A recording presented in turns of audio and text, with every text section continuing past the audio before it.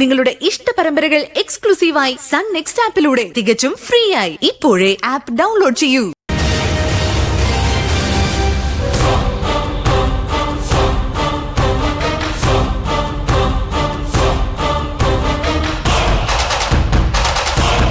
സ്വാമി എണ്ണം കാണുമെന്ന് പറഞ്ഞേ പാഞ്ഞു വരുന്നുണ്ട്. വരട്ടെ. ഡോക്ടർ ജയശങ്കറിന്റെ ദൂതുമായിട്ടല്ലേ? എനിക്ക് മനസ്സിലാവും. മാഡം, ഒരു പഴയ ഡിവൈഎസ്പി നടേശൻ എന്നെ തേടി പിടിച്ചു വന്നിരുന്നു. എന്തിന്? അയാളും ഡോക്ടർ ജയശങ്കറിന്റെ, അതായത് ഡോക്ടർ നിരഞ്ജന്റെ ശത്രുപക്ഷത്താണ്. നമുക്കെന്ത് സഹായം വേണമെങ്കിലും കൂടെ ഉണ്ടെന്ന് പറഞ്ഞു. എതിർനിരയില് ആരൊക്കെ ഉണ്ടെന്ന് പട്ടേരി എണ്ണ എടുത്തോ? ഡോക്ടർ ജയശങ്കറിന് ഒരുപാട് ശത്രുക്കളുണ്ട്, പ്രൊഫഷണൽ രംഗത്തും അല്ലാതെ. ശത്രുനിരയിൽ പ്രമുഖർ ശരത്ത്, ശരത്തിന്റെ അമ്മ പ്രഭാവതി, റിട്ടയർഡ് ഡിവൈഎസ്പി നടേശൻ, മകൾ ചന്ദ്രലേഖ. ഇപ്പൊ സ്വന്തം മകൾ അക്ഷരയും ശത്രുനിരയില. അത് കൂട്ടാക്കണ്ട. സ്വന്തം രക്തമല്ലേ, പെട്ടെന്ന് തന്നെ രക്തത്തോടൊട്ടു. ഒരു പൊതുശത്രു വരുമ്പോ ഒന്നിച്ച് നിന്നല്ലേ പറ്റൂ അവർക്ക്. പ്രത്യേകിച്ച് മായാരഞ്ജിനിയുടെ ദുരൂഹമരണം വീണ്ടും കളത്തിൽ നിറയുമ്പോ. ജയശങ്കറിന്റെ ശത്രുക്കളെ നമുക്ക് ആയുധമാക്കാം മേഡം.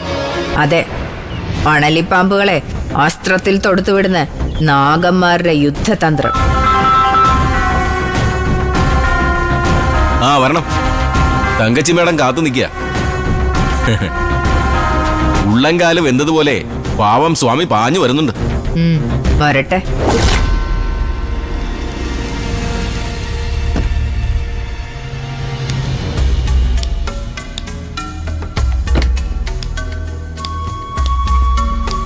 എന്തിനാ സ്വാമി അണ്ണ പാഞ്ഞു വന്നത്?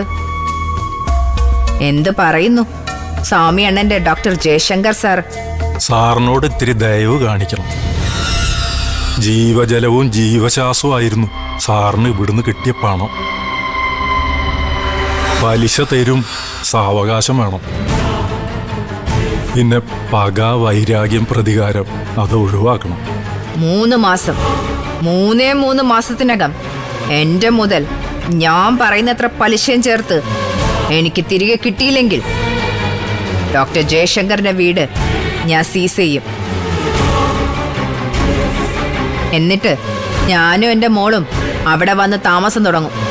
എനിക്ക് വേണ്ടാന്ന് തോന്നുമ്പോ തെരുവ് നായ്ക്കളുടെ ഷെൽട്ടറാക്കും. മാഡം, ചിലതൊക്കെ മറക്കുന്നതും പൊറുക്കുന്നതൊക്കെ നല്ല കാര്യല്ലേ? ഭഗവാനെ ഓർത്ത്. ഭഗവാന്റെ കയ്യിന്ന് കവറിംഗ് ലെറ്റർ വാങ്ങിയിട്ടാ തങ്കച്ചി കളത്തിലിറങ്ങിയിരിക്കുന്നത്. സഹായിക്ക, ഒപ്പം നിൽക്കാന്നൊക്കെ ഉറപ്പ് പറഞ്ഞിട്ട് ഇപ്പൊ എങ്ങനെ പറഞ്ഞ? ഇക്കാര്യത്തിൽ നമ്മുടെ പ്രധാനമന്ത്രി ശത്രുവിനോട് പറഞ്ഞ വാചകമേ എനിക്ക് പറയാനുള്ളൂ.